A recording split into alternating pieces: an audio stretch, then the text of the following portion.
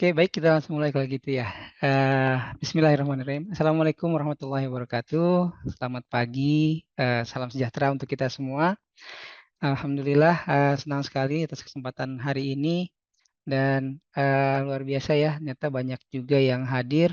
Terima kasih banyak atas kehadirannya teman-teman semua di AI Talks kali ini.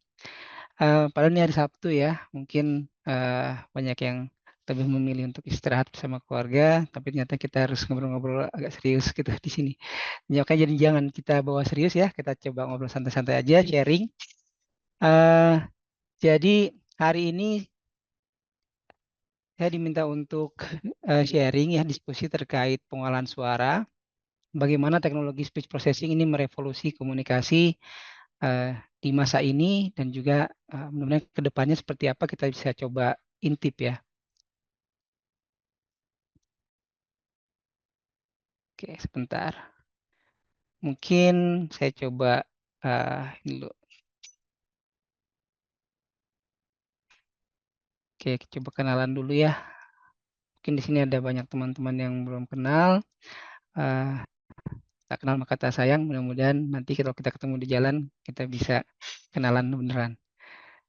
Oke, jadi saya lulus S1 di 2002 ya dari Informatika ITB, belajar di Informatika Engineering, Sistem Informasi. Lalu pengalaman saya bekerja itu dari 2022 sampai 2004 di Indonesia di consulting. Lalu saya di Jepang selama 7 tahun untuk bekerja di perusahaan telekomunikasi dan kembali ke Indonesia sekitar 2011 masih juga di perusahaan yang sama sampai 2014 dan saya membantu di cyber security desk ya, waktu itu ada di Menko Polhukam dan sempat juga membangun sebuah startup crowdfunding sebagai CTO dan juga membantu di Kemenaker untuk merumuskan SKKNI untuk AI data mining juga knowledge base. Dan saat ini saya sebagai CEO di Prosa AI. Oke. Nah, jadi sedikit ini ya supaya lebih santai ceritanya kita coba mulai dengan video ya. Jadi bagaimana perkembangan terkait speech teknologi, AI dan sebagainya. Ini ada film yang mungkin membosankan ya awalnya. Mengingat ini dibuat tahun 1968. Jadi mungkin kita bisa bayangin waktu itu 1968 gimana effortnya untuk membuat sebuah film. Nah, ini ada cuplikannya. Mereka membayangkan di 2001 itu udah seperti apa gitu ya virtual assistant ataupun speech interaction dengan komputer.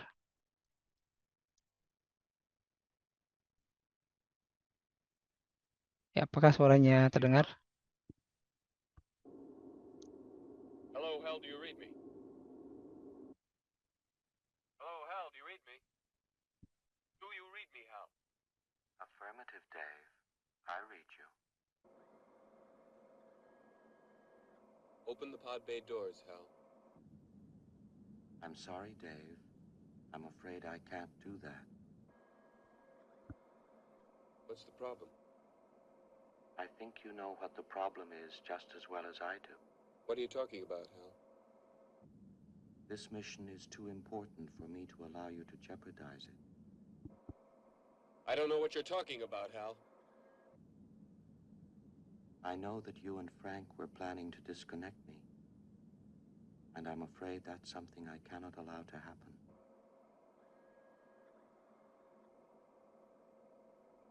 Where the hell did you get that idea, Hal?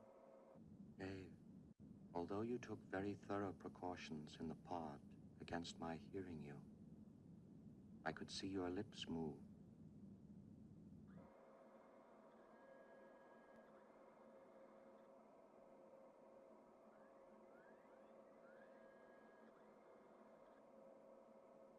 All right, Hal. I'll go in through the emergency airlock. Without your space helmet, Dave, we're going to find that rather difficult. Hal, I won't argue with you anymore. Open the doors. Dave, this conversation can serve no purpose anymore. Goodbye. Al? Al? Al? Al? Al?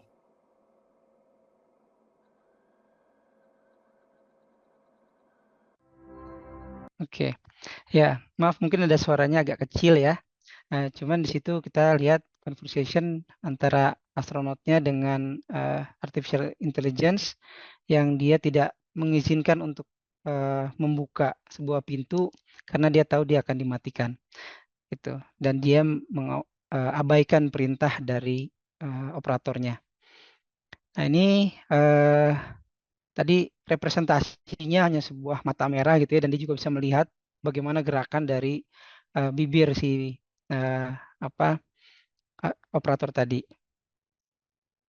Oke, mungkin sekarang ya imajinasinya sudah makin berkembang dan kita sudah lihat di 2015 ada film Avenger yang terkait Ultron ya. Sebuah robot yang bisa berbicara, menangkap semua informasi. You're wondering why you can't look inside my head. Sometimes it's hard, but sooner or later every man shows himself. Oh, I'm sure they do. But you needed something more than a man. That's why you let Stark take the scepter. I didn't expect. But I saw Stark's fear. I knew it would control him, make him self-destruct. Everyone creates the thing they dread. Men of peace create engines of war. Invaders create Avengers.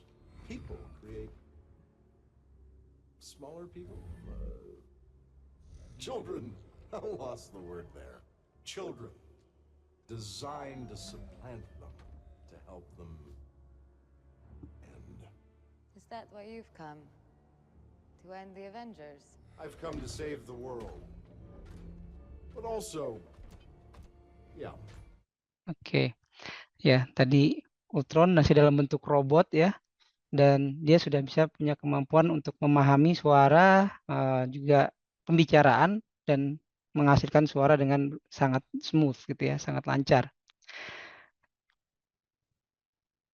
Nah lalu imajinasi selanjutnya lagi adalah ini ya, Vision. Vision ini adalah seorang robot sebenarnya. Wanda, is there something special about today?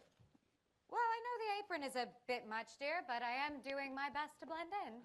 No, there on the calendar. Someone's drawn a little heart right above today's date. Oh, yes, the heart. Well, don't tell me you have forgotten, Viz. Forgotten?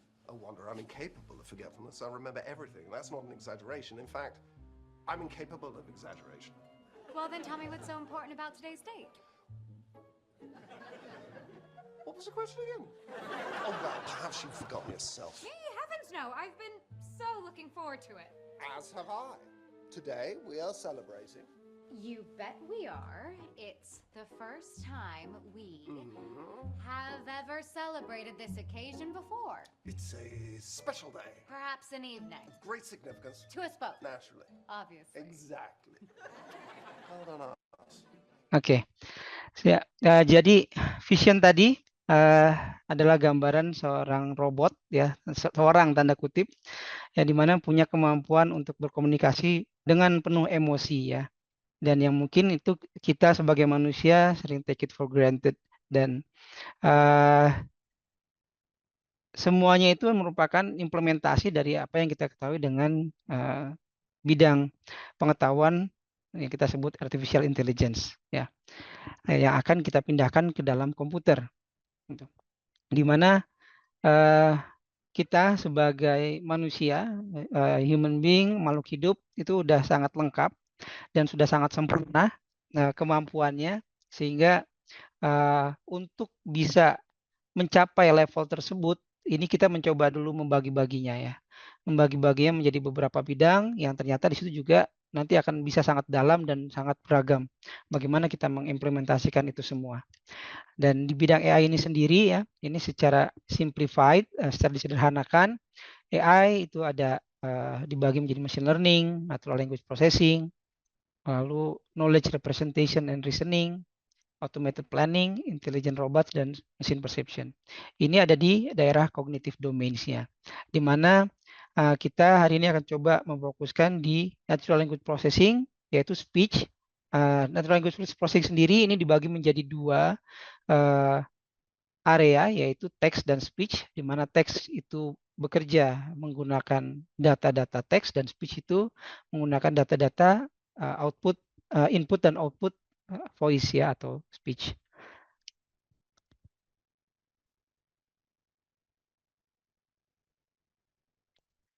Kita lihat di bidang natural language processing ini ada beberapa bidang atau topik yang perlu diimplementasikan untuk bisa mencapai fungsionalitas hingga nantinya bisa digabung-gabungkan untuk bisa mencapai fungsi yang diinginkan sampai memahami apa yang bahasa manusia.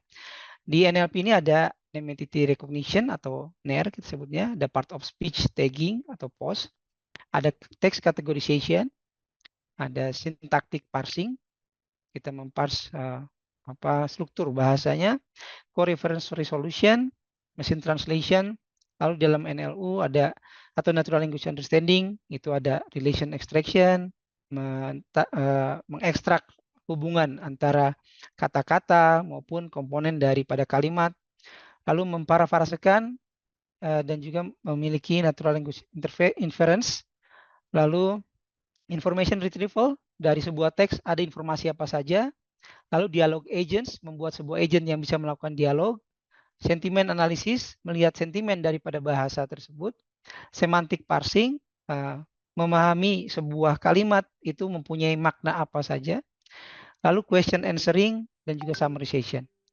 Nah, semua ini merupakan fungsi text processing yang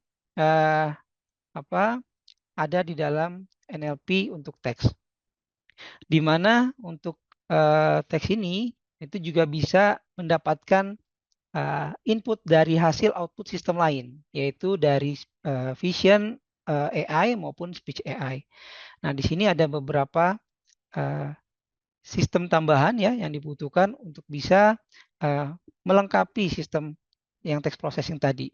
Di vision kita ada object recognition, optical character recognition, yang misalkan dari sebuah buku di scan lalu mendapatkan karakternya, maupun sign language recognition, di mana sebuah kamera itu bisa memahami sign language dari misalnya yang tunawicara, dia menggunakan sign language, lalu itu bisa menginterpretasikan sebenarnya maksudnya apa. Lalu dikirimkan ke dalam sebuah text processing system lagi. Input tadi merupakan input dari kamera, sedangkan kalau input dari mic ya, dari suara, itu kita menggunakan teknologi bernama automatic speech recognition atau speech to text, atau disingkatnya ASR biasanya. Lalu setelah mendapatkan input tersebut, diproses selalu menjadi sebuah pemahaman atau understanding dari sebuah sistem NLP tadi. Nah, ini harus menghasilkan sebuah jawaban, di mana jawaban tersebut perlu dianalisis mana jawaban yang tepat dan juga dihasilkan teksnya yang sesuai, gitu ya. Yang mungkin tahun lalu masih agak belum terlalu umum ya untuk AI chatbot gitu ya atau AI virtual assistant.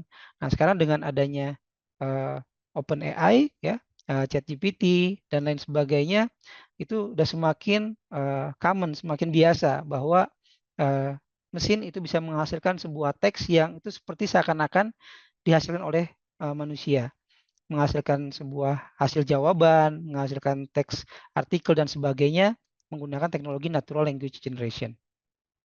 Lalu untuk menghasilkan dalam bentuk suara hasil teks tadi yang sudah dihasilkan dari sistem natural language generation, itu kita kirimkan ke dalam sebuah sistem speech synthesizer, di mana dia menggunakan teknologi text to speech, gitu.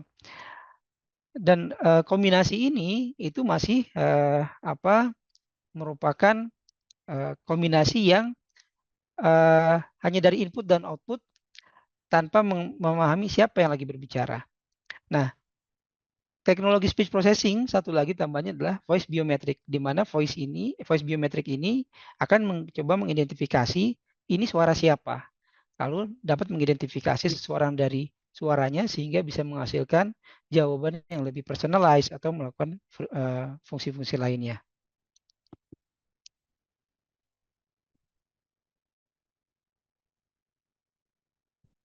Kenapa speech teknologi? Atau definisinya adalah speech teknologi ini ingin memungkinkan komputer untuk mengenali, menganalisis, dan memahami serta menghasilkan suara manusia.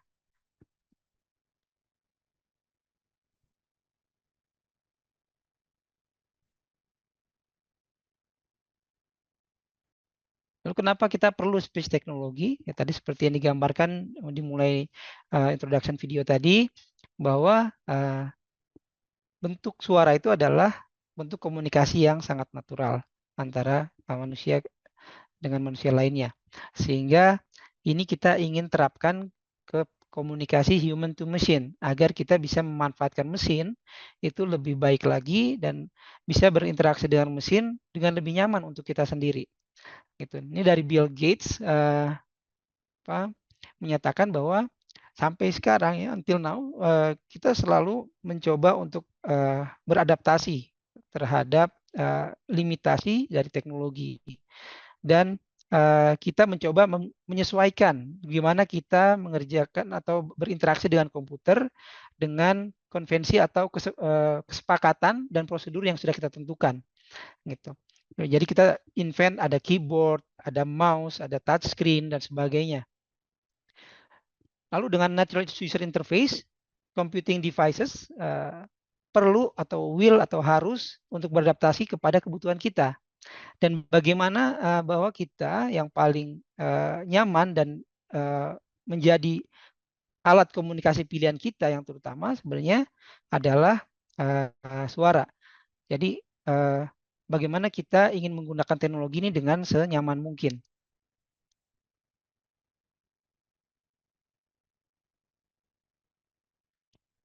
Ini perkembangannya dari interface, bagaimana kita berinteraksi dengan komputer ya. Untuk coding ada namanya CLI ya. Lalu ini merupakan sebuah interface yang perlu dikode dan sangat rigid, sangat kaku dan sangat ketat aturan-aturannya. Itu di awal-awal komputer ya, kita punya ada programming basic, bagaimana kita mengkode komputer. Bahkan dulu sebelum ada itu kita punya ada semacam punch card ya, punch card lalu masuk ke dalam screen ini ada CLI, command line interface, lalu ada GUI ya, graphical user interface, di mana kita menggunakan interface yang bisa mewakili informasi dunia nyata menjadi dunia di dalam komputer dengan icon-icon, dengan aplikasi dan berbagai set instruksi yang memang senyaman mungkin dibuat supaya mewakili apa yang ingin kita lakukan di dunia nyata. Dan ini bisa mengeksploitasi secara apa yang ada di layar. Lalu ada perkembangan selanjutnya adalah natural user interface, di mana harapannya ini lebih direct, lebih langsung, apa yang ingin kita lakukan itu memang langsung diterapkan atau di-apply di komputer dan mereka bisa device ini menghasilkan output yang kita inginkan segera sesuai dengan apa yang kita inginkan.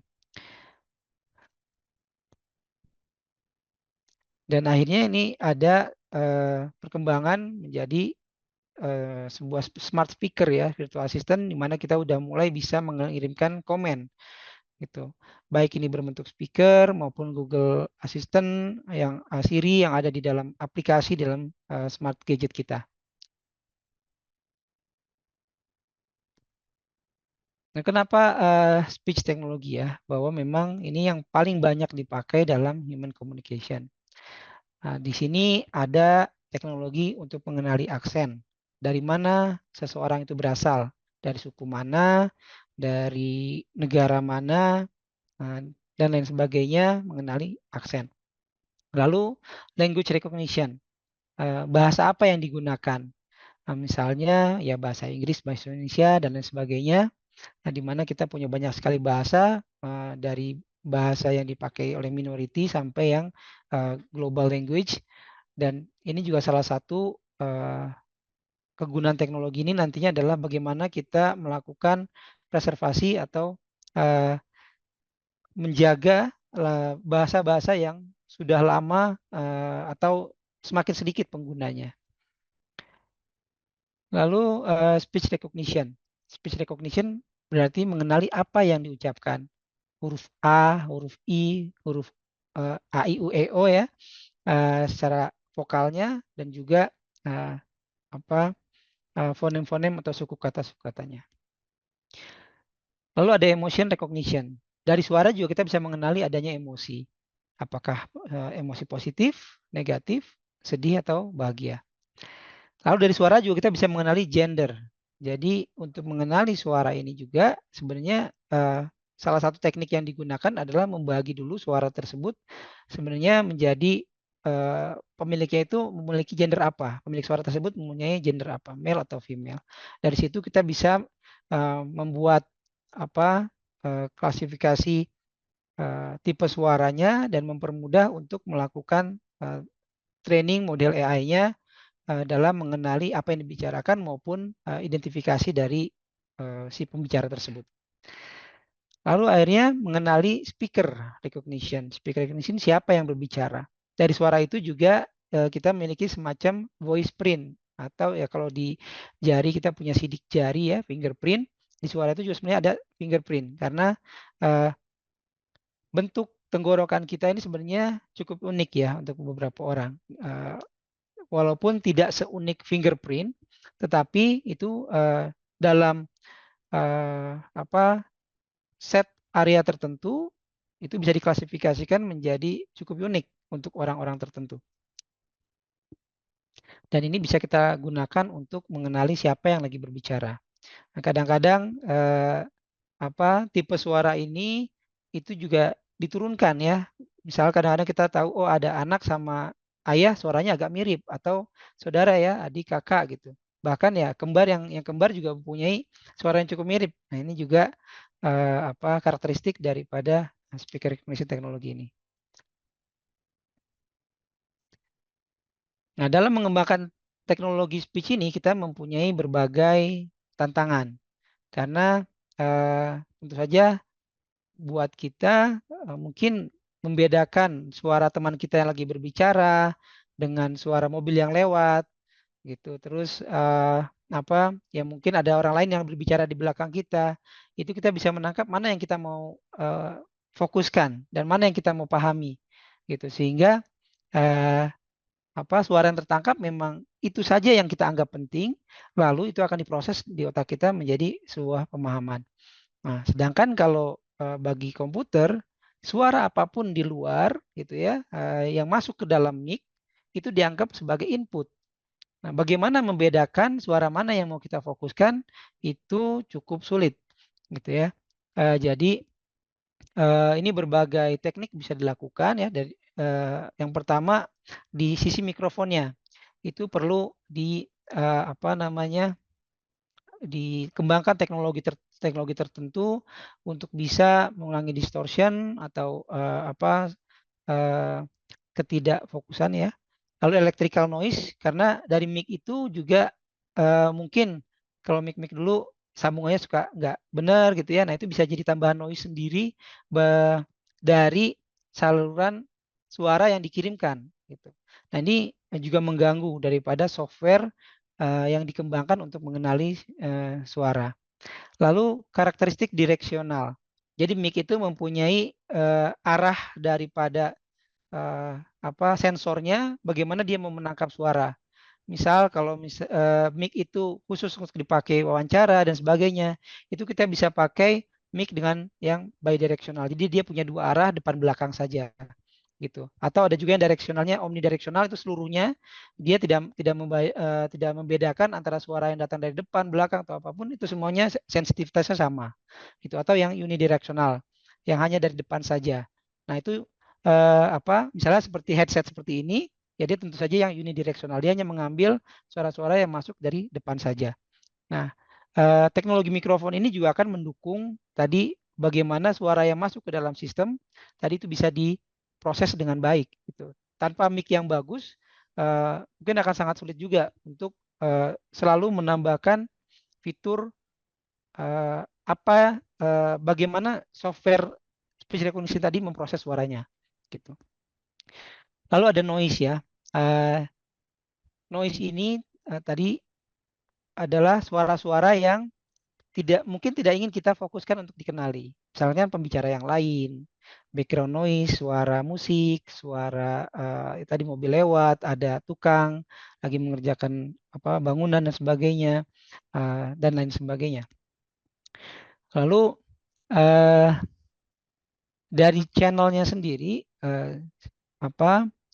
suara ini kita bisa terima dari berbagai macam channel ya, misalnya telepon GSM, telepon analog zaman dulu, atau alat perekam video dan sebagainya.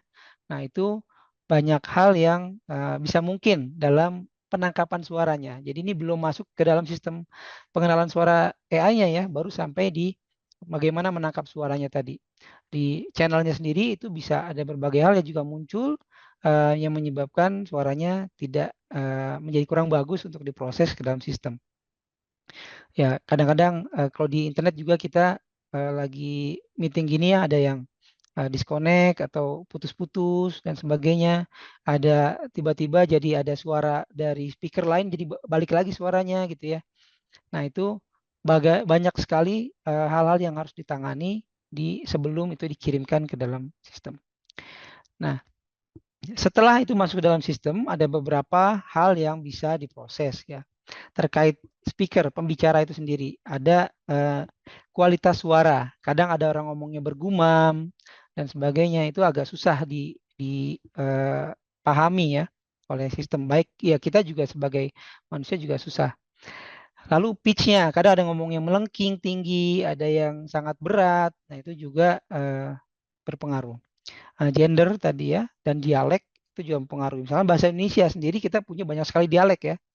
Baik itu dari dialek Bali, dialek Sunda, dialek Jawa, Kalimantan. Kalau bicara bahasa Indonesia itu bahasanya satu, bahasa Indonesia baku, tetapi bagaimana mengucapkannya itu masing-masing sehingga itu mempunyai tantangan tersendiri untuk bisa dikenali.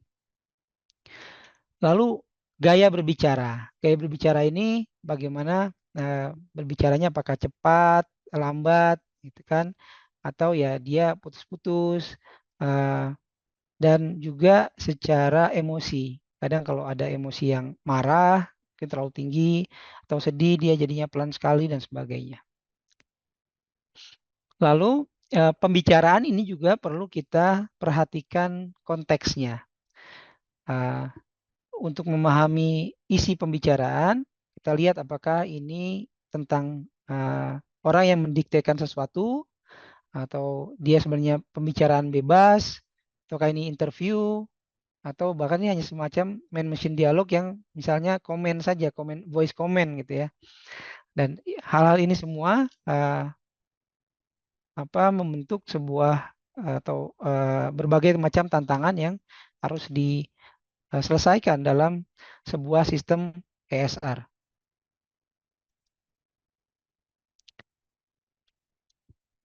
Nah, di dalam sebuah teknologi speech dan produk-produk yang dibangun, itu bisa kita bagi menjadi 4 kategori. Yang pertama adalah pengenalan speech atau speech recognizer. Itu bisa dipakai untuk chatbot, front end, menghasilkan teks dari berbagai recording ya, dari conversation, meetings maupun dan lain sebagainya. Lalu yang kedua synthesizer, itu menghasilkan suara daripada teks. Nah, ini bisa digunakan untuk chatbot front end juga, menghasilkan jawaban dari chatbot dengan bentuk suara, membacakan artikel atau pesan-pesan yang datang, atau announcement atau pengumuman yang secara berulang-ulang. Lalu yang ketiga adalah paralinguistik. Ini yang berkaitan dengan emosi.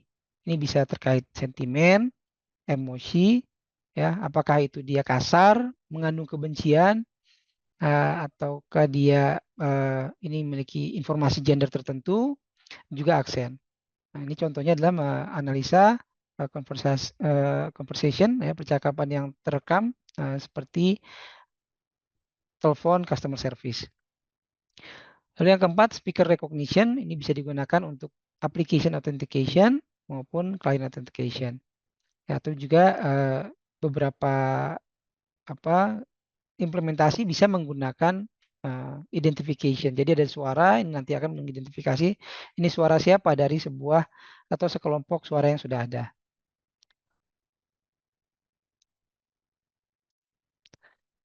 Nah, perkembangannya speech teknologi ini sebenarnya sudah mulai dari 1920 ya, yang tercatat dan menggunakan komputer.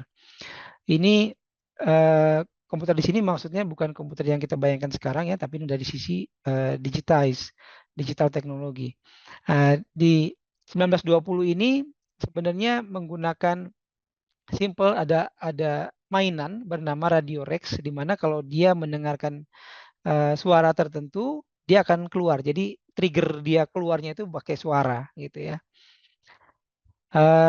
Lalu setelah itu belum ada lagi yang terlalu signifikan. Di 1950 ada Audrey dari Bell Labs, itu sebuah sistem yang bisa mengenali digit ya 0 sampai 9 dengan akurasi sampai 90%, tetapi alat untuk mengenalinya saja itu bisa sampai satu ruangan sendiri gitu ya, satu kamar sendiri. Jadi sangat besar hanya untuk mengenali sistem 10 digit tadi, 0 sampai 9. Lalu sekitar 10 tahunan setelahnya, ini IBM Shoebox ini bisa mengenali kata-kata yang hanya baru terbatas sampai sekitar 16 karakter gitu ya.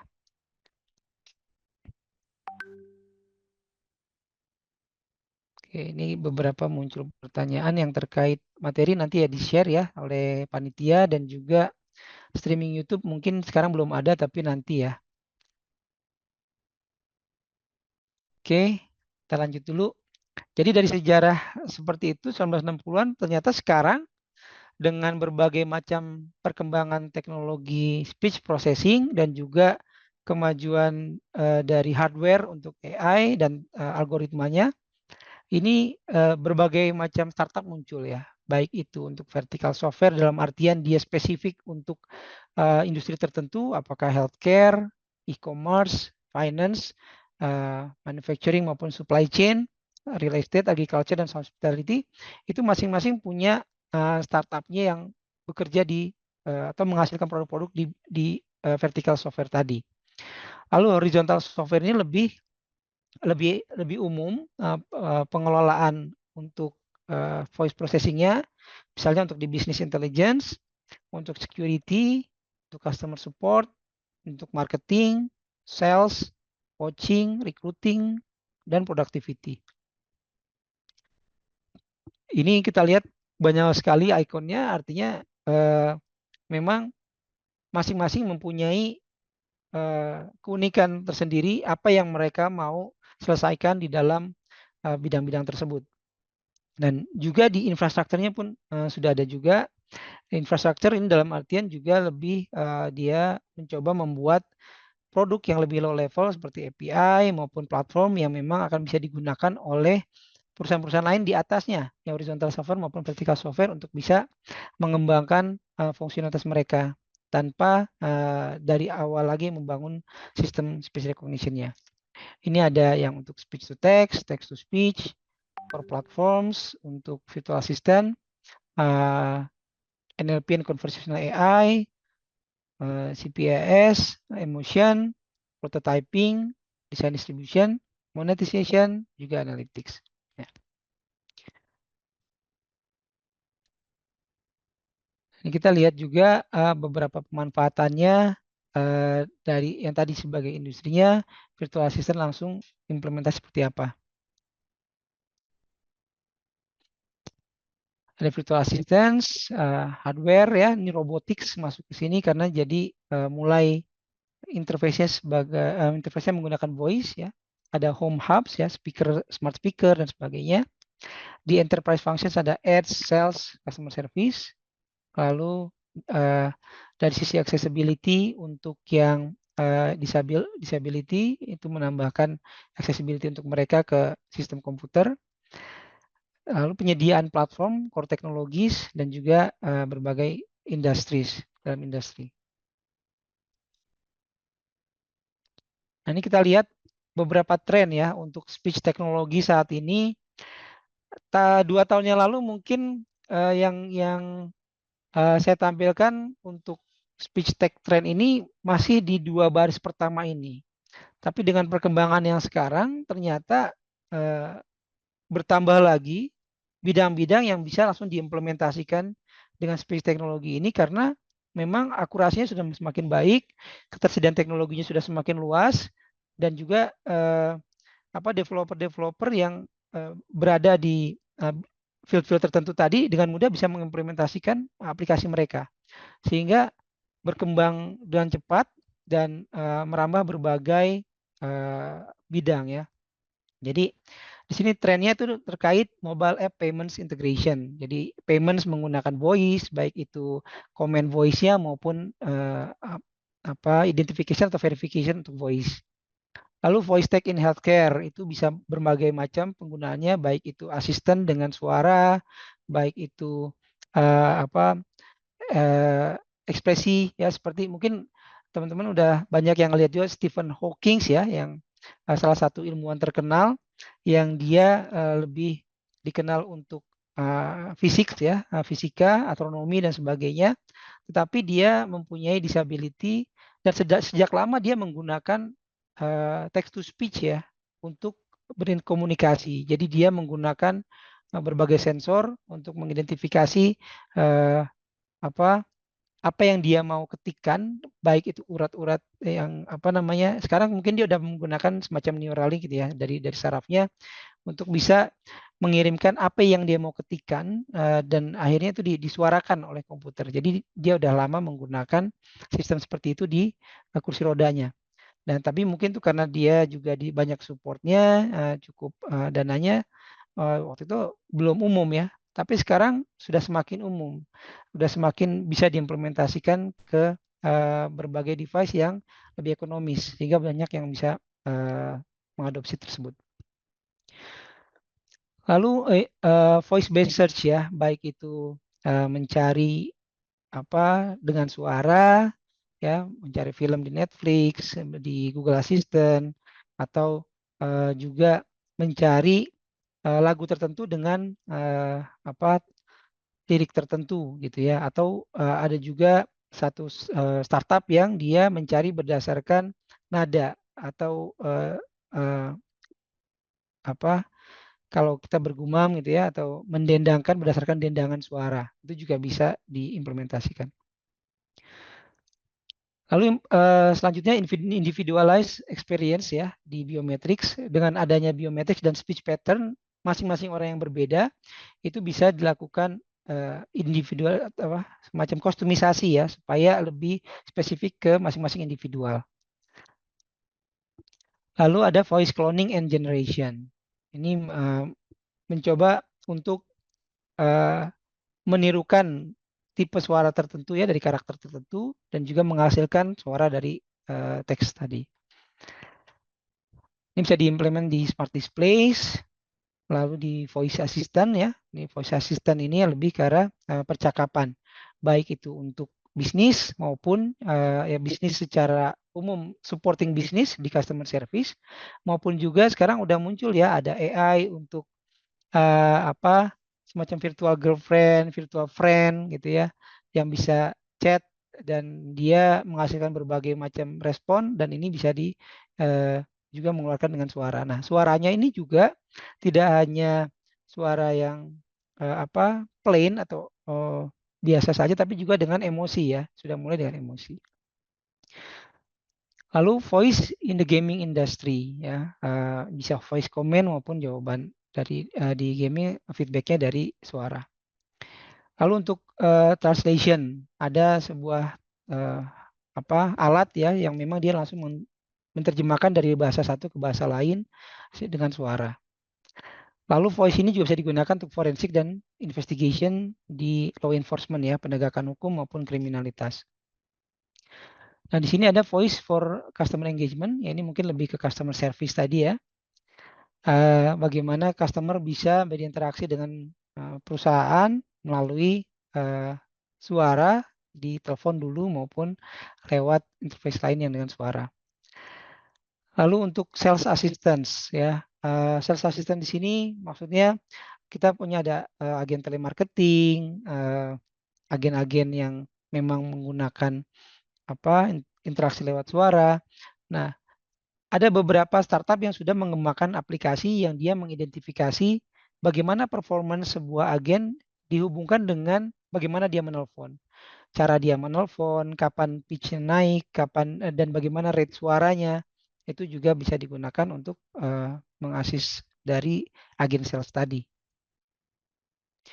Lalu untuk education, ya sekarang mungkin udah banyak ya bikin konten education atau juga mentranskrip materi pelajaran dan sebagainya. Lalu di media juga ini untuk menghasilkan konten, lalu juga menghasilkan transkrip secara real time dan lain sebagainya. Nah, tentu saja kenapa ini berkembang terus? Kenapa voice technology juga penting? Karena voice user interface ini tadi sangat natural ya, sangat alami sehingga ini akan terus berkembang. Dan voice atau interaksi dengan suara ini merupakan masa depan dari interaksi terkait dari brand atau perusahaan dengan customer.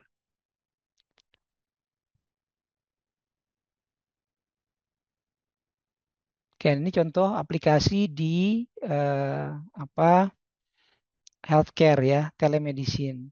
Baik itu untuk ya chatbotnya maupun mentranskripsi dan menghasilkan jawaban. Nah, ini salah satu penggunaan ya oleh Putri Aryani, salah satu terbakat kita ya. Kemarin waktu Putri upload yang cara balas komen, ternyata antusias teman-teman itu luar biasa banget dan banyak juga pertanyaan-pertanyaan yang masuk ke Putri. Salah satunya kita akan bahas di video ini. So, Putri pakai aplikasi apa sih sampai HP-nya bunyi gitu? Apakah perlu aplikasi khusus atau HP khusus atau gimana? Oke, basically Putri pakainya HP Samsung guys. Samsung seri lama yang ada tombol home karena Putri prefer pakai tombol home gini. Untuk aplikasinya Putri pakai Talkback. Nah, ini dia Talkback. Ini udah bawaan Google sebenarnya, tinggal diinstal. Putri kan sudah install. Kita langsung ke pengaturan aja, ke settings.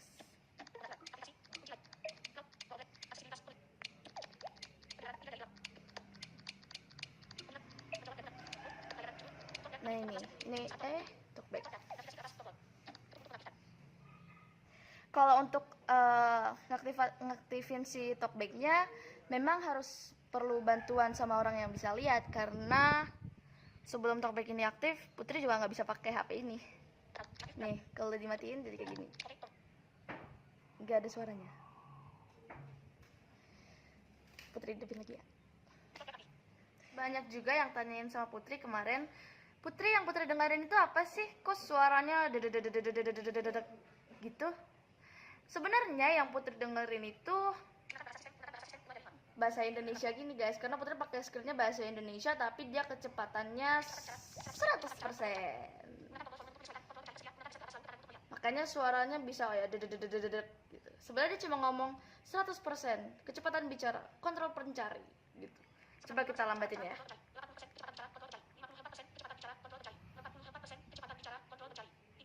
Nah, kalau kita lambatin dia bakalan kayak gini.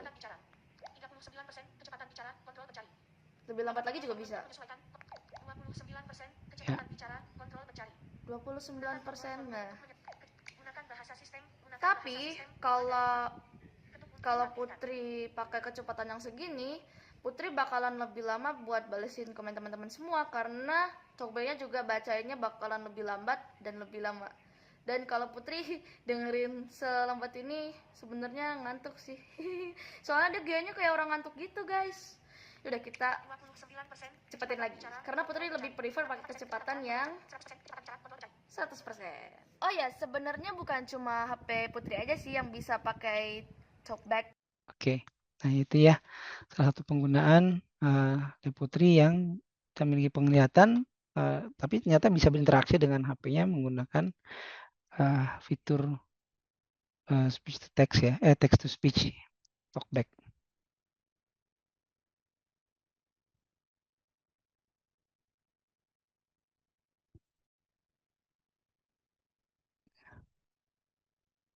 Selanjutnya nih untuk voice changer This is ya. how you can use a real-time AI voice changer with RVC for free and in any voice chat like Discord, TeamSpeak, and any game. Let's go. So first you want to Google voice changer, then scroll down until you find a website called voice.ai.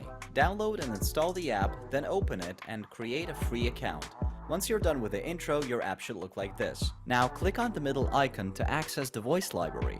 To upload a custom RVC model, click on Upload Custom Model. Type in the name of the voice you want to add, click Browse and find the zip file of your voice model. To find more voice models, check out Hugging Face, the AI Hub or Voice AI Discord servers, or the link in the description below for a selection of the best voices you can try with Voice AI right away. It's important that you don't actually extract the zip file, you have to upload it the way it is. Click Save and that's it. Your voice will appear under the My Voices tab, and all you have to do now is click on it and click Train. Voice AI will now take some time to train your voice, but you only need to do this process once, and after that, your voice is available for use at any time. After training is done, click on Use Voice, and if everything works correctly, this is how it should sound like.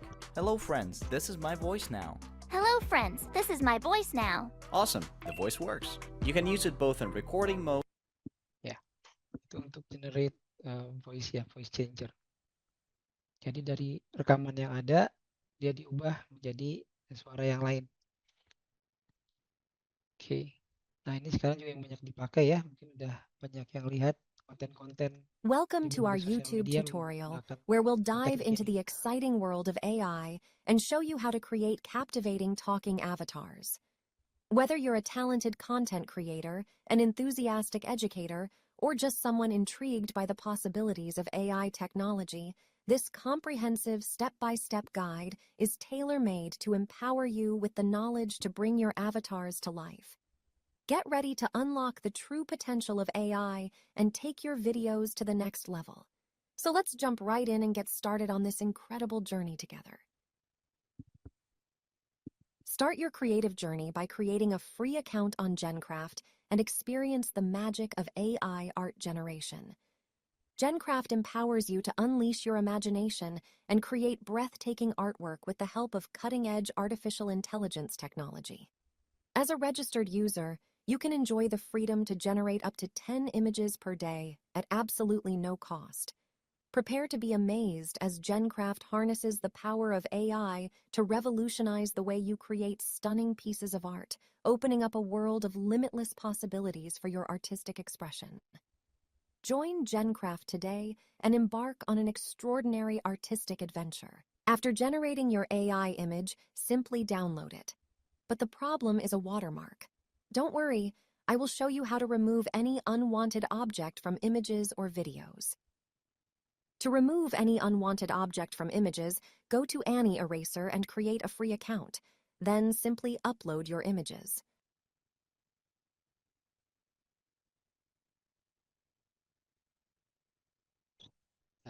Tadi ya. Welcome. Percepat aja. The last step in our tutorial is to bring your avatar to life using the amazing capabilities of the DID website. Begin by creating a free account on d-id.com, unlocking the potential to create captivating talking images. Once registered, you can easily upload your avatar image, along with the corresponding AI voice file that you generated earlier. Then, with eager anticipation, simply click on the Generate button.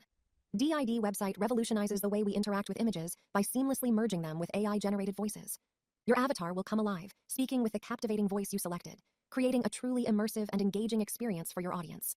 Whether you're a content creator, educator, or simply curious about AI technology, DID offers a user-friendly platform that brings your images to life in a way that was once unimaginable. This is Demo I Avatar Video by Saeed I. Hit the subscribe button if you like it. Yang ini jangan dipercepat.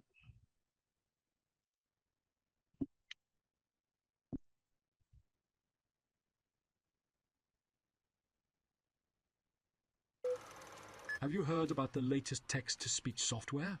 No. What's new about it? It's powered by AI. Ini juga di-generate ya suaranya, tetapi dia lebih emosional, ada emosinya. Jadi nadanya lebih natural. And can sound more human-like than ever before. Really? That's impressive. Yeah, I saw a demo of it yesterday and it sounded just like a real person. Do you think it will replace human voiceover artists? I don't think so. There's still something special about having a real person's voice.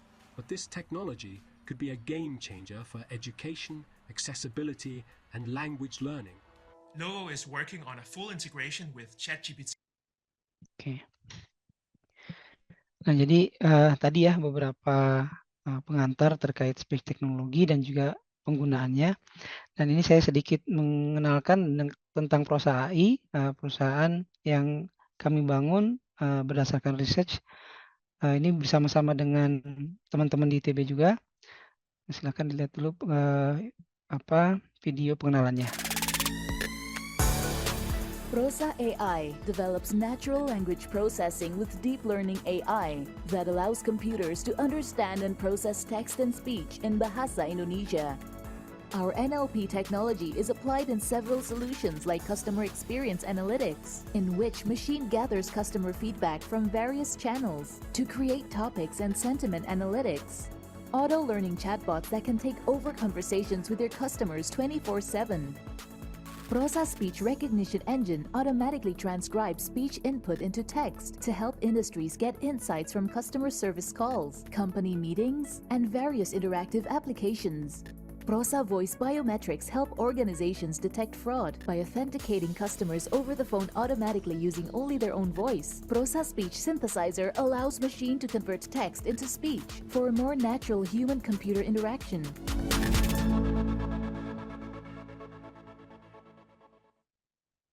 Oke, jadi Prosa itu kita memang awalnya berfokus pada bahasa Indonesia. Nah, kami mengembangkan produk-produk dari hasil research, terutama di ITB. Kita menghasilkan produk tersebut dari research sehingga mencapai skala industri. Memang misi kami adalah untuk meningkatkan kehidupan manusia ya, agar lebih efisien dan produktif dengan memungkinkan sistem komputer untuk mengerti bahasa manusia dengan bentuk teks dan speech. Jadi di Prosa kita membangun sebuah modul berbentuk toolkit API, ya, NLP Toolkit API untuk teks dan speech, di mana di atasnya itu kita bangun beberapa aplikasi yang memanfaatkan toolkit tersebut, modul tersebut, menghasilkan aplikasi yang berkekuatan natural language processing. Ini beberapa produk yang sudah dibuat oleh Prosa. Yang pertama adalah Mimo, ini adalah manajemen transkripsi meeting. Lalu ada Regis atau Regulation Technology Platform. Di sini kita mendapatkan database regulator dengan cara crawling dari seluruh regulasi yang ada di Indonesia dan dibuat sebuah database baik itu secara relasi maupun knowledge graph-nya untuk mempermudah pencarian dan juga analisis regulasi. Di sini kita ada API untuk speech maupun text. Lalu untuk customer engagement kita ada Prosa Conversa atau virtual assistant platform. Ada Prosa Koala ini untuk analytics di call centers, customer service. Lalu customer experience ini adalah social media sentiment analysis berbasis teks. Lalu ada Prosa Voice ID yaitu voice biometric system. Dan kami juga ada software as a service untuk mempermudah end customer dengan menggunakan sebuah simple aplikasi untuk mentranskripsi suara dan juga menghasilkan suara. Dari sisi penggunaannya cukup banyak dan cukup membahagiakan karena meningkat terus ya. Sekarang udah lebih dari 200.000 pengguna. Ya, di mana ini ada text speech dan Salins. Ini lebih dari yang lebih dulu muncul text to speech, lebih dulu kita rilis. Dan ini sudah lebih dari 210.000 pengguna, aktifnya lebih dari 23.000. Dan Salins ini juga 2.500-an aktif pengguna ya tiap bulannya. Lalu ini tim kami, ada Bu Ayu juga sebagai text chief scientist dan Bu Desi sebagai speech chief scientist. Mereka berdua ada di pusat AITB ya. Lalu juga ada dibantu oleh Dr. Imam. Dia Pak Imam juga di ITB tapi di bagian lab distributed system dan high performance computing. Dan kami juga di-assist oleh Pak Only dari GDP Venture. Ini beberapa awards yang kami terima dan saat ini sudah terdaftar juga di LPSA. Kami mempunyai tenaga kerja itu meliputi juga AI engineers, software engineers, dan data developers atau annotators, sehingga kita bisa mengembangkan sistem AI kami sendiri, tidak bergantung dengan misalnya sekarang baru muncul OpenAI, API, dan sebagainya. Tapi memang ini ada yang dari resource base, sehingga itu membutuhkan effort yang lumayan ya di awalnya, seperti itu. Nah, ini contoh review dari proses TTS. Mungkin nanti bisa dicoba ya sama teman-teman. Hai sahabat YouTuber, selamat datang kembali di channel saya. Kali ini kita akan mereview program Text to Speech dari Prosa.ai. Apa sih? Ribet banget. Pernah merasakan gangguan seperti yang saya alami ini saat merekam audio untuk konten? Atau mungkin ada sobat YouTuber yang masih malu-malu untuk berbicara di depan kamera? Atau merasa suaranya kurang bagus? Atau sudah menggunakan aplikasi pengubah tulisan menjadi suara, tapi masih merasa kurang puas karena hasilnya tidak seperti ekspektasi kita? Atau mirip-mirip suara robot? Nah, ini dia solusinya. Kita langsung menuju linknya. Untuk sobat YouTuber yang tertarik menggunakan text to speech dari Prosa.ai ini, silakan melakukan registrasi di link yang saya sertakan pada deskripsi video ini. Jika sudah melakukan registrasi, silakan login menggunakan akun Anda. Tampilannya seperti ini. Anda juga bisa menggunakan versi gratisnya atau versi coba-coba. Tapi untuk pengaturan pilihan suara atau penuturnya hanya satu, yaitu suara laki-laki dan tidak ada pilihan gaya bicara lainnya. Fiturnya sangat terbatas. Selain itu hasil suaranya juga kurang maksimal dan tidak bisa digunakan untuk komersial, kecuali menyertakan sumber audio pada deskripsi video kita. Ribet kan? Karena saya seorang konten kreator, saya memilih paket berbayar, yaitu paket konten kreator dengan harga ini. Semua fiturnya sudah lengkap dan oke. Di paket ini ada 3 pilihan pengisi suara juga, yaitu Dimas, laki-laki, Ocha, perempuan, Dini, perempuan. Juga ada berbagai pilihan gaya bicara, ada formal, ekspresif, penutur, ramah, dan lirih. Kita juga bisa mengatur kecepatan dan tinggi nada sesuai yang kita inginkan. Jadi, kita tinggal menyesuaikan sesuai keinginan kita. Fitur pada aplikasi ini juga mudah digunakan.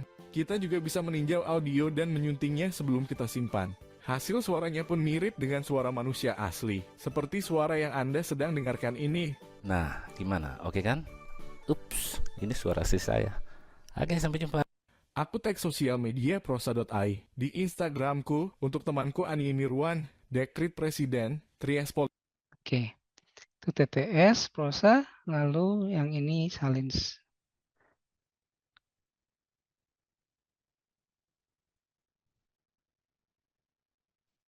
Tahu nggak sih, banyaknya rapat offline maupun online membuat produktivitas dan konsentrasi menurun.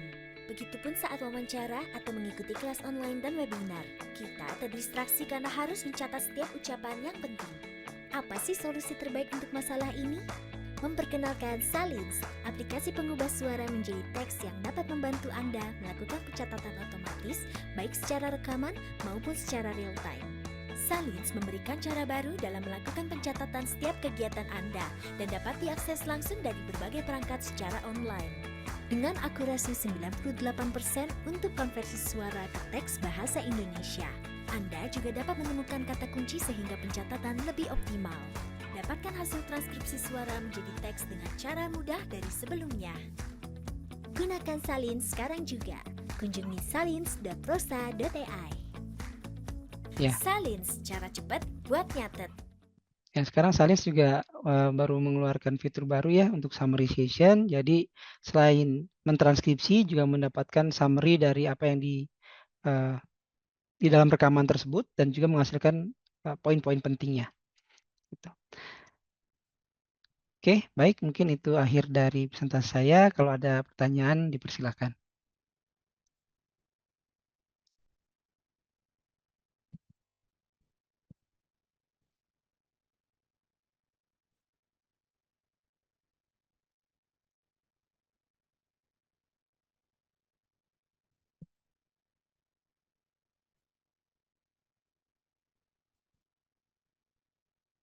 Gimana teman-teman semua? Bapak, Ibu, ada yang mau ditanyakan atau sangat jelas?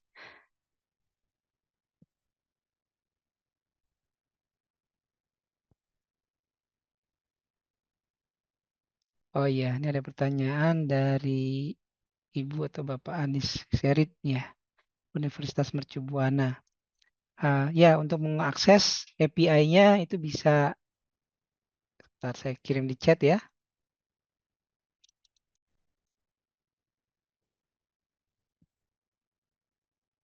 Ntar saya pastikan dulu linknya.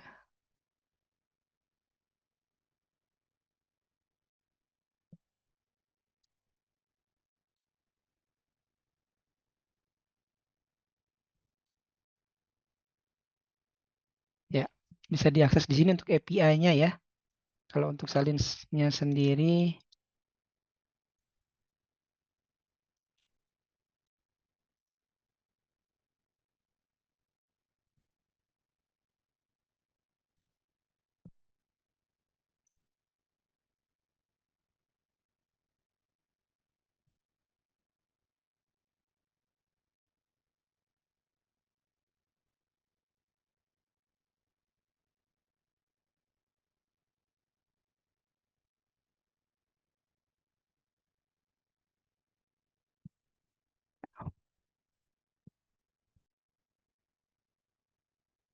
ya Bapak Ibu, kalau mau coba langsung di konsol untuk API-nya, konsol2.prosa.ai, lalu register di situ, nanti bisa mendapatkan free paket ya, untuk bisa langsung mencoba.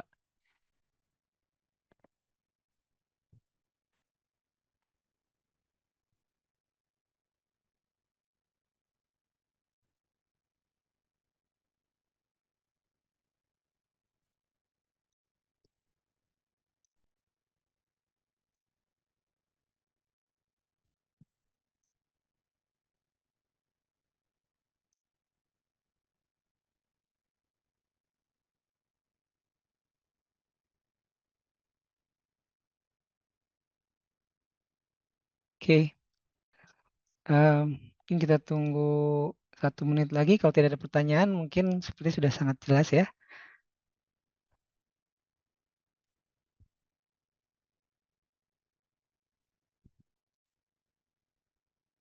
Mungkin kalau nggak ada pertanyaan, bisa ada tanggapan atau ada ide-ide baru.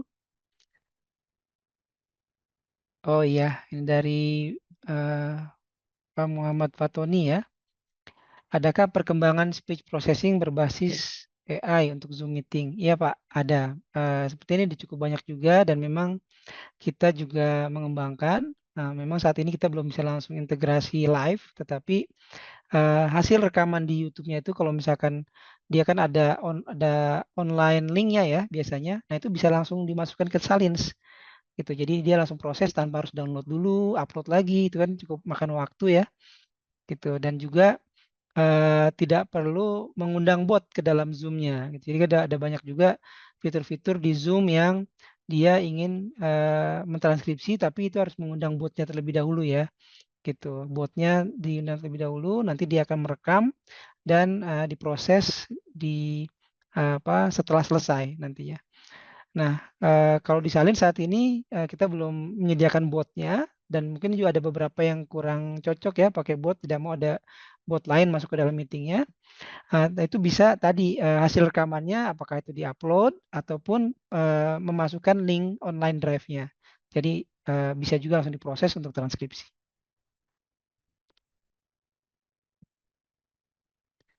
Oke, untuk Mas Muhammad Idam Khalif ya, Mas atau Bapak nih, ya. Untuk mikroprosesor Raspberry Pi ini kita belum ada API-nya karena sebenarnya bisa ya API-nya karena kan sama aja ya nanti akan memanggil. Saya bilang bukan belum ada API yang ditanam di dalam mikroprosesornya, itu nggak ada. Tetapi di Raspberry Pi ini bisa selama dia bisa connect ke internet, memanggil API yang ada di Prosa itu bisa dilakukan. Jadi Raspberry Pi-nya mungkin fungsinya sebagai menangkap suaranya dulu, merekam sinyal suaranya, nanti bisa secara streaming atau real time connect ke dalam API-nya, dan juga bisa secara upload gitu ya. Kalau nggak real time itu nanti bisa dikembalikan ke dalam Raspberry-nya. Tapi ini harus connect ke internet gitu. Oke, nah untuk dari Pak Jupri Supriyadi ya, apakah bisa mendeteksi emosi ketika seseorang berbicara? Apakah sedang bicara normal atau dalam kondisi marah? Ya, tadi memang ada branch-nya ya untuk speech teknologi, ada paralinguistik untuk mendeteksi emosi. Tapi untuk yang di API Prosa saat ini belum kita rilis ya untuk fungsi emosi tersebut, emosi detection-nya. Jadi belum ada fungsionalitasnya baik di API maupun aplikasi-aplikasi kami yang lainnya. Karena memang untuk emosi ini untuk skala industri saat ini di riset kami belum sampai di skala industri ya. Jadi belum bisa kita rilis.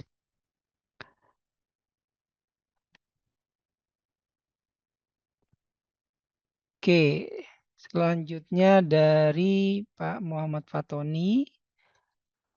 Mohon izin mau bertanya, speech processing menggunakan PLC. Dan saya lupa PLC itu apa ya? Yang board itu ya? Programmable Logic Controller ya kan ya? Nah, ini biasanya seperti yang tadi sepertinya mirip ya dengan yang di Raspberry Pi ataupun device-device yang mempunyai komputasi maupun memori kecil. Nah, ini kita tidak bisa implement di situ. Itu memungkinkannya menggunakan API yang nyambung ke internet. Selama bisa diprogram untuk bisa menangkap sinyal suaranya, itu nanti bisa dikirim ke API yang di internet. Lalu selanjutnya dari Pak Benedictus ya, apa saja tantangan ketika mengembangkan AI tentang speech NLP? Ya, tadi ada di slide yang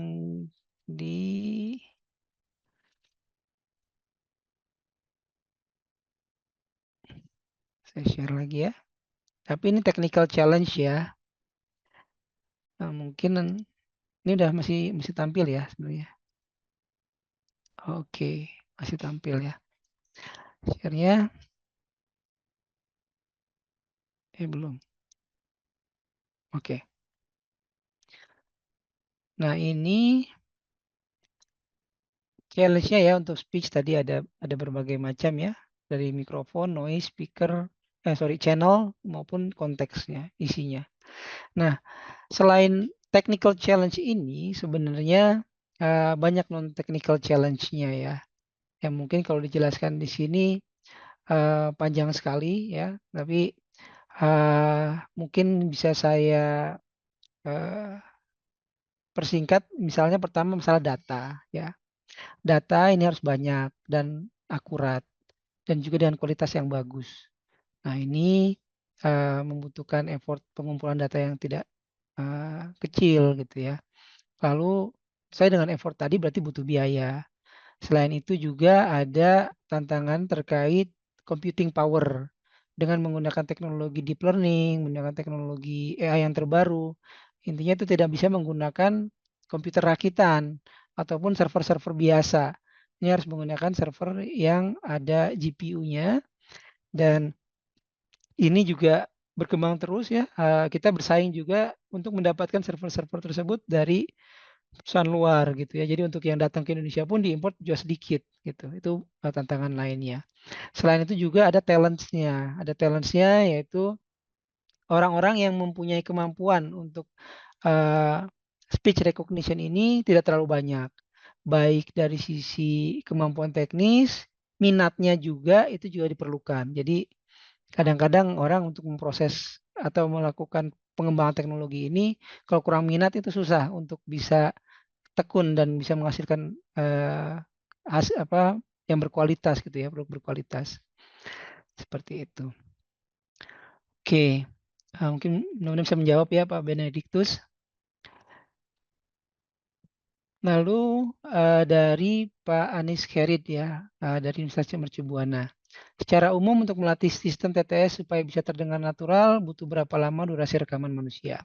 Oke, nah jadi ini ada dua pendekatan ya. Apakah itu membangun dari awal atau sebenarnya kita udah punya base modelnya sehingga nanti tinggal ditambah atau diaugment dengan data baru gitu ya. Nah, dan untuk membangun data awal ini cukup banyak ya. Kita rekamannya itu cukup banyak. Intinya saya lupa angka pastinya, tetapi ini lebih dari ratusan jam gitu ya. Dan ini dari beberapa orang. Dan lalu untuk kalau kita udah punya base modelnya ini akan lebih mudah. Itu hanya sekitar ya seharian rekaman itu bisa kita membuat model baru gitu. Dengan model baru itu jadi kita menghasilkan tipe-tipe suara baru. Nah, itu kalau yang mau kualitasnya juga bagus ya. Ada juga yang sistem yang baru sekarang voice cloning itu hanya beberapa detik saja, tetapi pas kita masukkan ternyata hasilnya kurang berkualitas gitu. Jadi memang ini kita perlu balance trade off-nya antara kualitas dengan suara yang dihasilkan gitu ya dan kecepatannya gitu. Dan kalau yang kita rilis di Prosa itu biasanya kita mengharapkan yang kualitas tinggi dulu, ada quality assurance baru kita bisa rilis. Gitu ya, dari Pak Anies Herit ya. Lalu dari Pak Richard. Dari Pak Richard, dalam pengembangan NLP, adakah arsitektur atau algoritma yang bagus dalam menghasilkan akurasi tinggi atau tergantung data inputnya lagi? Ya.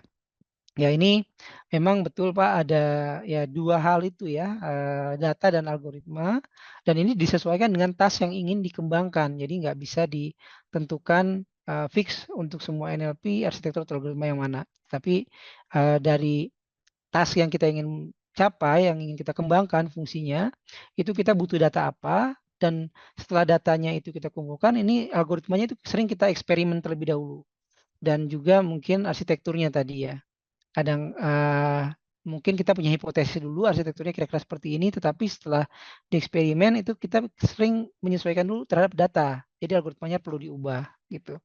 Jadi tidak ada jawaban yang pastinya untuk hal ini memang perlu eksperimen. Lalu untuk Pak Muhammad Fatoni ya nanya lagi, apakah speech processing ini mampu mendeteksi penyakit yang sedang diderita oleh seseorang?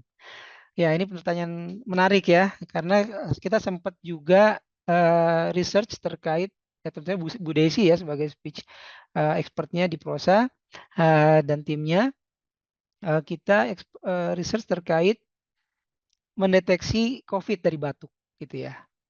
Jadi ini ada beberapa juga yang studi yang memungkinkan ke arah sana. Dan juga ya mungkin ada suara-suara lain, tapi saat ini yang baru kita research itu baru dari suara batuk ya. Ini tipe batuk apa?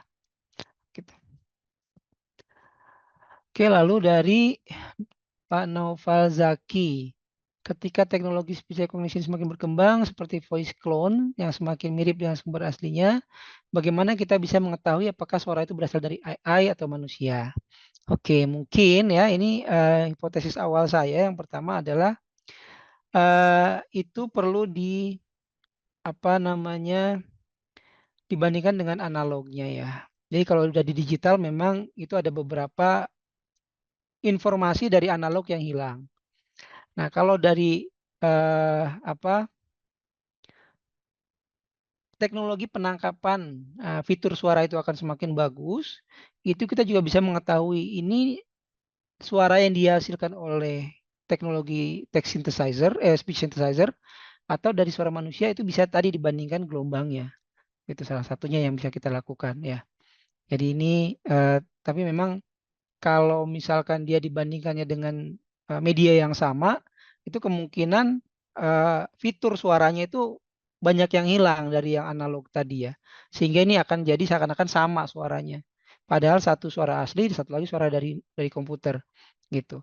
Nah, ini perlu didukung oleh teknologi tadi untuk menangkap suara dan juga playernya ya gitu. Jadi itu yang salah satu cara yang bisa kita lakukan sebenarnya. Karena suara kita kan dari analog ya, dari dikeluarkan dari ini ya, tenggorokan kita ya, pita suara kita itu unik dan akan menghasilkan beberapa gelombang yang analog ya, manual gitu istilahnya, bukan digital. Oke, mudah-mudahan menjawab ya Pak Naufal. Untuk Pak Benediktus tadi bertanya lagi terkait apakah proses AI menggunakan algoritma AI yang didevelop sendiri atau lebih menggunakan pengembangan dari algoritma yang sudah ada, misal dari paper dan sebagainya. Ya, tentu saja paper itu bisa menjadi katalis ya untuk bagaimana kita mendekati suatu permasalahan. Tanpa paper mungkin ya kita harus melakukan riset sendiri. Nah, dengan paper kita bisa tahu oh kira-kira ada yang pernah mencapai performance tertentu atau menyelesaikan permasalahan tertentu dengan beberapa teknologi. Tetapi memang beberapa teknik ya jadinya. Nah, ini seringnya dari paper tersebut nggak bisa kita implement plug gitu ya, as is. Kita harus tadi eksperimen dan bahkan kita harus coba mengubah atau bahkan mengcoding sendiri papernya karena nggak semua paper ada kodenya seperti itu. Dan juga kita juga menghasilkan kita menghasilkan paper-paper sendiri juga, riset kita sendiri juga. Oke, dari Pak Richard, saya referensi library arsitektur. Nah, ini mungkin nanti sama Bu Ayu ya. Itu nanti dari Pusat AI kemungkinan bisa diakomodasi sampai sejauh mana saya belum tahu. Nanti bisa dikontak ke Bu Ayu. Oke, lanjutnya dengan Pak Muhammad Nurkhairi Hindratno. Untuk melatih speech recognition itu data suara yang digunakan itu biasanya dalam format file apa? Nah, ini biasanya nanti yang paling mudah diproses untuk semuanya itu pakai WAV ya jadinya. Baik itu MP3 atau apa, biasanya kita ubah menjadi WAV terlebih dahulu. Gitu. Itu base library-nya. Dan kalau bisa memang data suara awalnya dari WAV gitu, belum. Nah, kalau di MP3, MP4, Opus dan sebagainya itu ada decompression ya. Jadi diusahakan memang dari yang lengkap mungkin fitur suara yang ditangkap. Gitu. Oke, itu pertanyaan terakhir di chat. Ya, kita tunggu 1 menit lagi. Masih ada waktu.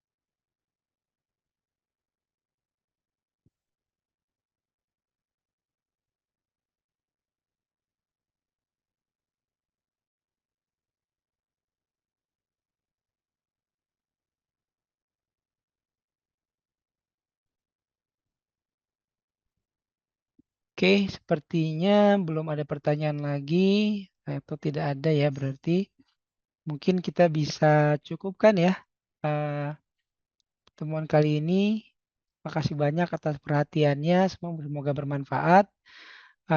Luar biasa teman-teman semua sudah bersedia mengikuti sesi kali ini di hari Sabtu pagi ya. Have a nice weekend everyone semuanya. Selamat berlibur.